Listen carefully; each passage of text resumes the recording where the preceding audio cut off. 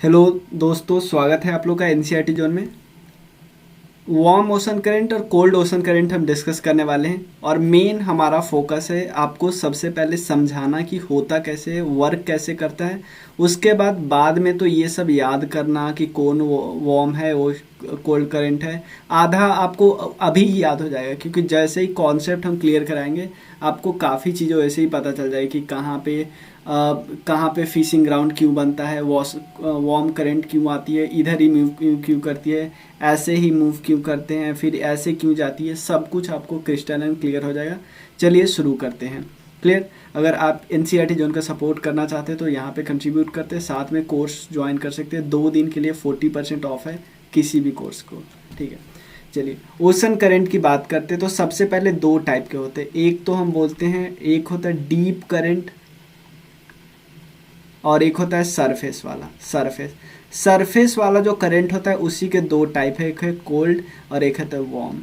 एक चीज मैं आपको बता दूं, जो मेजॉरिटी करंट होती है ना ओशन में, वो होती है डीप करंट। 90 to 92% जो करंट होती है वो डीप करंट होती है। सरफेस करंट हमें दिखता है, सरफेस करंट हमें दिखता है, लेकिन वो होता है बहुत कम, 8 to 10%। हम टॉप व्यू देखते हैं ना, जैसे मान लो एरोप्लेन से देख रहे हो तो एरोप्लेन से सिर्फ हमें सरफेस भी देखा। मान लो एग्जांपल देखते हैं, रिव्यू करने के लिए कोई देखता है तो सीधे ऊपर वाला सिर्फ उसे टॉप व्यू पता चलता है, टॉप व्यू। ठीक है ना। अब क्वेश्चन रहता है कि एक बारी सबसे पहले हम समझ लेते हैं कि डीप ओशन करंट और सरफेस करंट क्या आपस में इंटरलिंकेजेज है या सिर्फ ये दोनों बिल्कुल सेपरेट है। नहीं, पहले देख लेते हैं इन दोनों के बीच लिंक, और ये दोनों आगे लिंक करते हैं वार्म एंड कोल्ड करंट। पहले इसको समझते हैं। मान लो एग्जांपल देते हैं, ये लैंड बॉडी है। लैंड बॉडी किसके साइड में है? मान लो इक्वेटर के साइड में। ऐसा कुछ पिक्चर बनाते हैं, ये है इक्वेटर, ये है पोलर साइड। ये वाला पिक्चर है, हम इसी को साइड व्यू आपको दिखाना चाहते हैं। नॉर्थ पोल होता है, साउथ पोल, और ये है इक्वेटर, इसी का साइड व्यू, ताकि हमें पता चले। ठीक है, उसके बाद ये मान लो ये है सी बेड और ये है सी सरफेस। पहले ही पिक्चर आपको दिखा, सी बेड सी सरफेस। क्लियर। अब एक चीज, एक कॉन्सेप्ट और आपको समझना है। अगर एक कोई आइसबर्ग होता है, आइसबर्ग आइस का टुकड़ा होता है, तो आइस के टुकड़े में सिर्फ वाटर होता है, इसमें सॉल्ट नहीं होता। ये तो हमें पता है, क्योंकि सॉल्ट जमता नहीं है साथ में। तो मान लो एग्जांपल लेते हैं, कोई आइसबर्ग है, यहाँ पे कोई आइसबर्ग है व्हाइट कलर का। तो आइसबर्ग यहाँ पे है, तो उससे होता क्या है? आइसबर्ग यहाँ पे है तो आइसबर्ग जिस जगह पे रहेगा वहाँ पे सैलिनिटी आसपास ज़्यादा होगी। क्यों? खुद सोचो भाई, कोई 1 लीटर पानी है, उसमें अभी 300 ग्राम है आइस, 300 ग्राम है आइस। अब 1 लीटर पानी है और उसमें से 1 लीटर में से 500 ग्राम बन गया आइस। ध्यान देना, 500 ग्राम बन गया आइस। तो लेकिन अब तो सैलिनिटी अभी भी कितना है? जो जम गया वो तो जम ही गया, जो आइस बन गया तो 500 ग्राम आइस बन ही गया। अब बचा 500 ग्राम पानी। अब सैलिनिटी इसमें कितना है? 300 ग्राम। तो अब आपको नहीं लगता सैलिनिटी अब बढ़ चुका है इस पानी का? क्योंकि जो आइस बन गया तो पानी बना ना, समझ गया ना।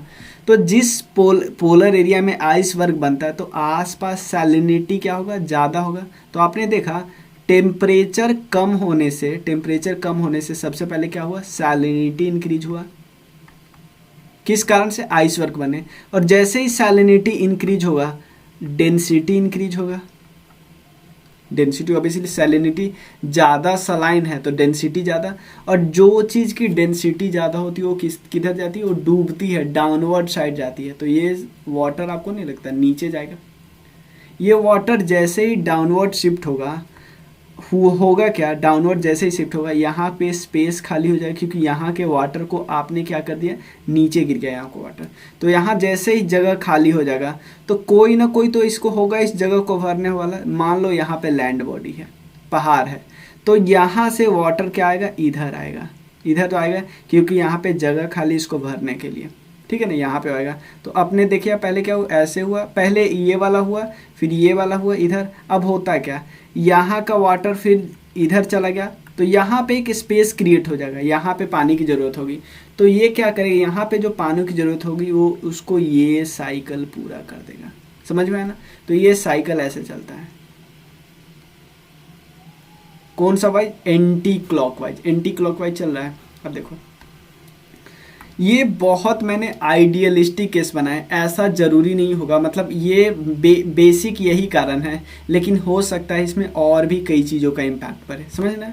बेसिक यही कारण है। और यहाँ पे क्या होता है, यहाँ पे जब वाटर ऊपर जाता है इसका मतलब अपवेलिंग हुआ, अपवेलिंग होगा तो यहाँ से बहुत ज़्यादा न्यूट्रिशियस जो फूड वगैरह टाइप होगा वो ऊपर जाएगा, न्यूट्रिएंट ऊपर जाएगा, तो उसके साथ साथ पीछे पीछे फिश भी ऊपर चले जाएंगे। जैसे ही यहाँ से न्यूट्रिएंट ऊपर गया, अपवेलिंग हुआ, अपवेलिंग यहाँ ऊपर जाएगा, फिश वगैरह गए, जैसे ही फिश यहाँ पर गया तो मछुआरे लोग यहाँ पे आ जाएंगे।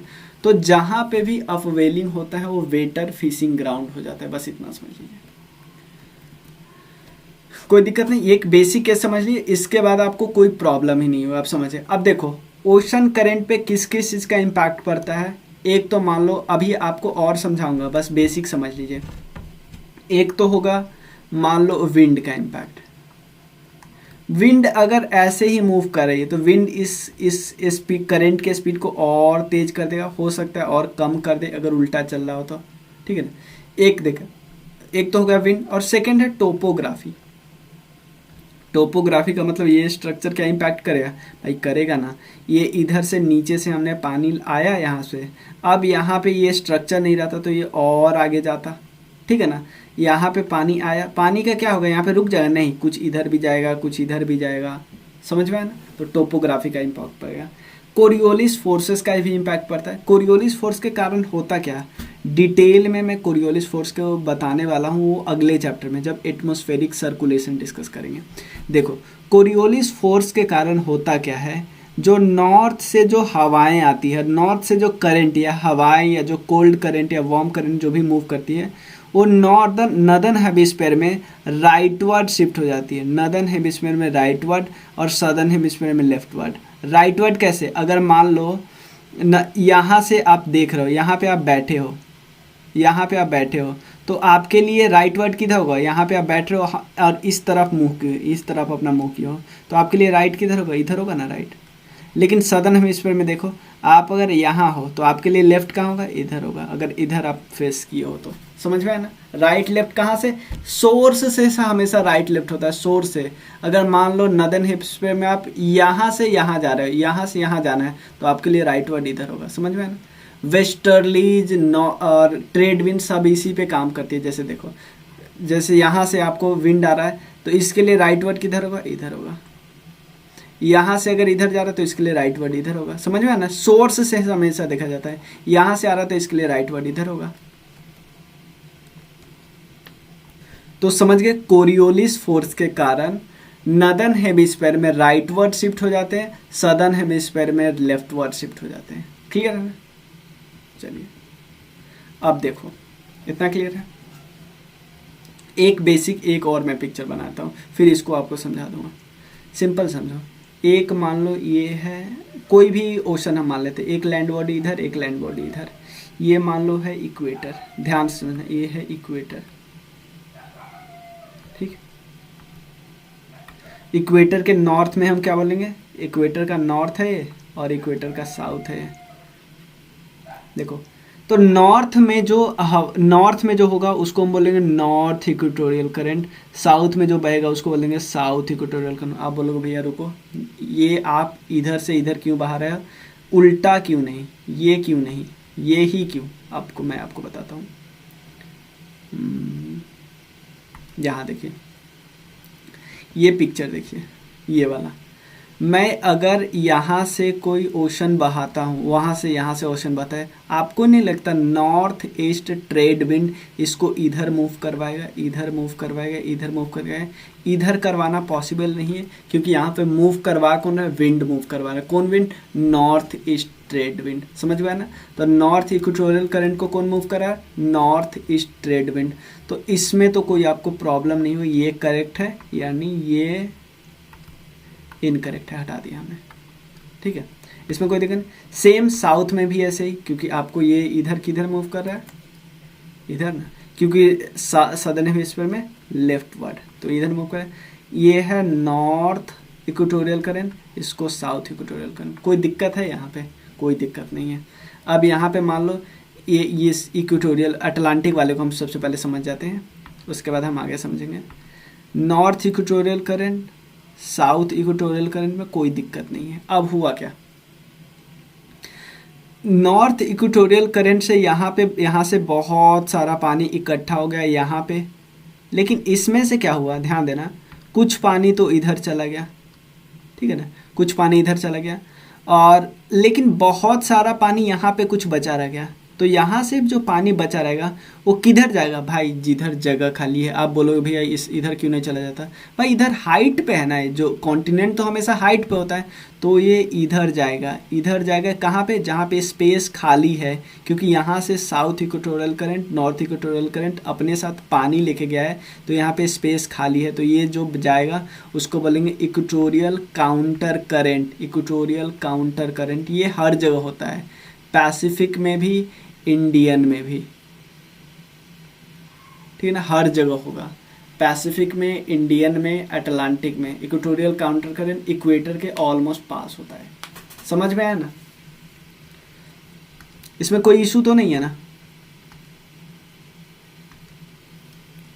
चलिए, तो सबसे पहले समझिए, नॉर्थ इक्वेटोरियल करंट यहां से जाएगा, क्लियर है, यहां से, ठीक है। ये पहले इसको हम समझ लेते, ऊपर में कुछ पानी नॉर्थ इक्वेटोरियल करंट से गया, कुछ पानी यहाँ से इधर चला गया, कुछ पानी यहाँ से इधर गया, और कुछ ऐसे मूव करके क्यूबा और फ्लोरिडा स्ट्रेट से हुए ऐसे गया, कुछ पानी डायरेक्टली ऐसे चला गया। लेकिन होगा तो दोनों वार्म करंट ही, इसमें। एक चीज़ और मैं आपको पहले बताता हूँ, ये है वार्म और ये है, मतलब ये है इक्वेटर और ये है पोल।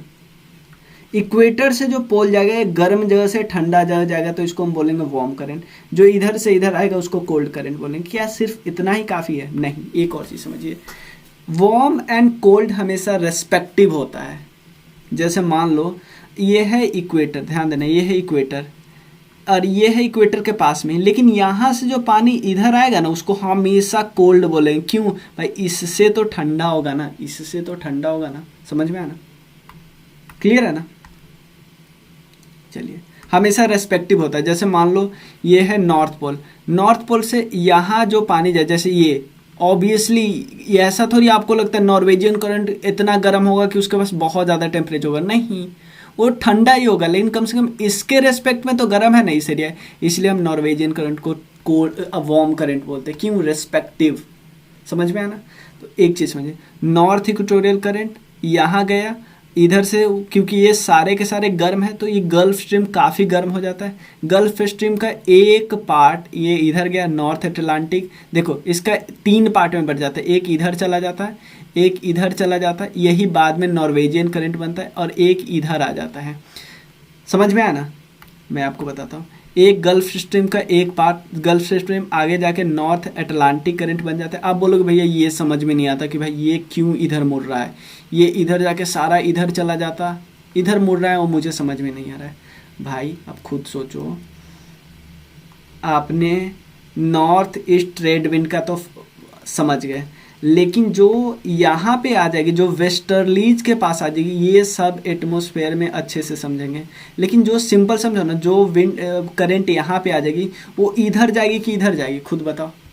वेस्टर्लीज उसको वेस्ट से ईस्ट के तरफ ले जाएगा ना, क्योंकि आपको पता है ना, नदर्न हेमिस्फेयर में हम यहाँ से देखते तो राइट वर्ड शिफ्ट कर देता है, इधर से हम आगे यहाँ देखेंगे तो हम राइट वर्ड इधर होगा ना, ठीक है ना? क्लियर? तो यहाँ नॉर्थ अटलांटिक करंट, और एक लैब्राडोर करंट इधर से आता है, ग्रीनलैंड और इस कनाडा से के बीच से लैब्राडोर करंट, और यहाँ पे मिलता है न्यू फाउंडलैंड के आसपास मिलता है, न्यू फाउंडलैंड। और एक चीज़ मैं आपको बताता हूँ कि कोल्ड करंट और वार्म करंट जिस पॉइंट पे मिलता है, ध्यान देना, कोल्ड करंट और वार्म करंट जिस पॉइंट पे मिलता है वहाँ पे फिशिंग ग्राउंड बहुत अच्छा बनती है, फिशिंग ग्राउंड बहुत अच्छा बनती है। समझ में आया ना? Fishing ground. क्लियर? कहाँ पे बने? नॉर्थ अटलांटिक ड्रिफ्ट अगर लैब्राडोर से मिलता है तो ये यहाँ पे न्यू फाउंडलैंड के आसपास बहुत अच्छा फिशिंग ग्राउंड बन जाता है। मैं 2-3 आपको फिशिंग ग्राउंड बताऊंगा। एक तो यहाँ पे है, एक जापान के पास है, इसके आसपास, ठीक है, इतना क्लियर है। Gulf stream north equatorial current 3 बार में टूटा। ये इधर देखो, गैरे का मतलब होता है जो एक सर्किल बना लेता है ना, उसको हम गैरे बोलते हैं, इसको भी गैरे बोलते हैं, लेकिन इसका एक अलग नाम है। इसका एक अलग नाम इसीलिए है क्योंकि एक तो यहाँ पे एक, जैसे मान लो सिंपल समझो ना, गल्फ स्ट्रीम हो गया नॉर्थ अटलांटिक, ये उसके बाद क्या होगा, यहाँ पे जो वाटर है वो एक साइकिल कंक्रिएट कर लेगा। तो कैनरीज करंट इधर से फ्लो करती है। कैनरीज ऑब्वियसली आप इसको कोल्ड क्यों बोलते हैं भाई, रेस्पेक्टिव।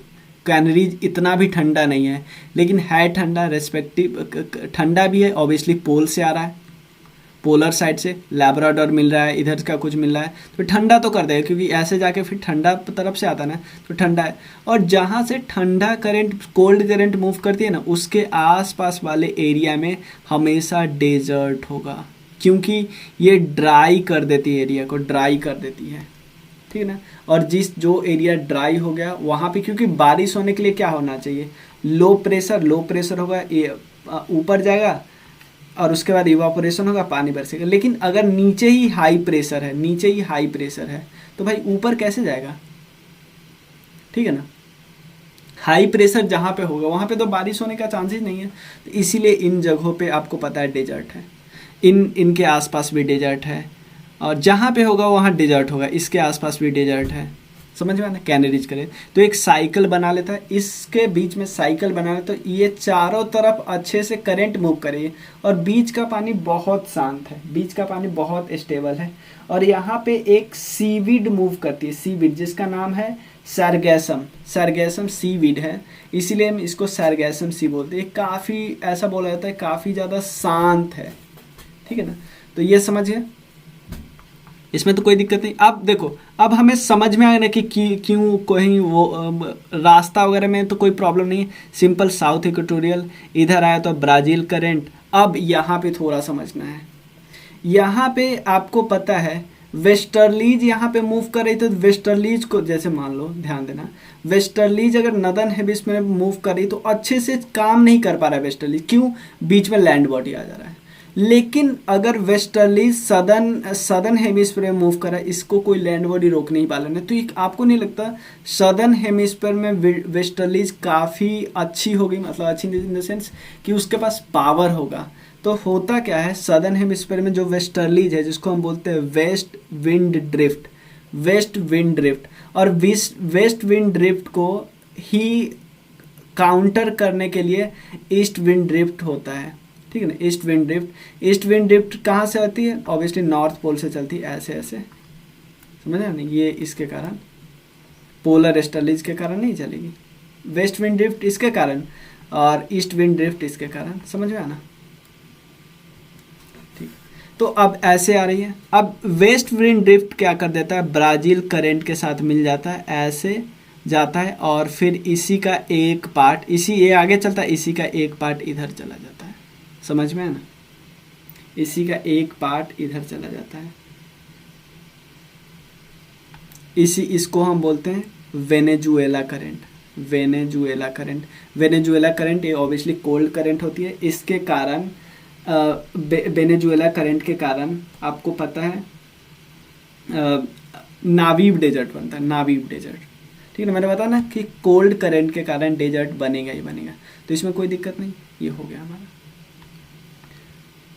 अटलांटिक, हम समझ गए। अब हमें पैसिफिक समझना है। पैसिफिक में यही नॉर्थ इक्वेटोरियल में कोई दिक्कत नहीं है, यहाँ आगे जाएगा कुरुशियो करंट, ये भी वार्म करंट, और ओयासियो और कुरुशियो आपस में इस जगह मिलेंगे, तो आपको नहीं लगता यहाँ पे फिशिंग ग्राउंड अच्छा बनेगा, ठीक है ना। उसके बाद ये आगे आएगा, एक कैलिफोर्नियन करंट बनेगी, ये कोल्ड करंट है, तो ये भी साइकिल बनाना ही है। यहाँ पे इसी का एक पार्ट होगा, अलास्कन करंट बनेगा, इधर से आया इसलिए कोल्ड करंट, ठीक है ना। देखना साइकिल हमेशा सब कंप्लीट कर लेगा।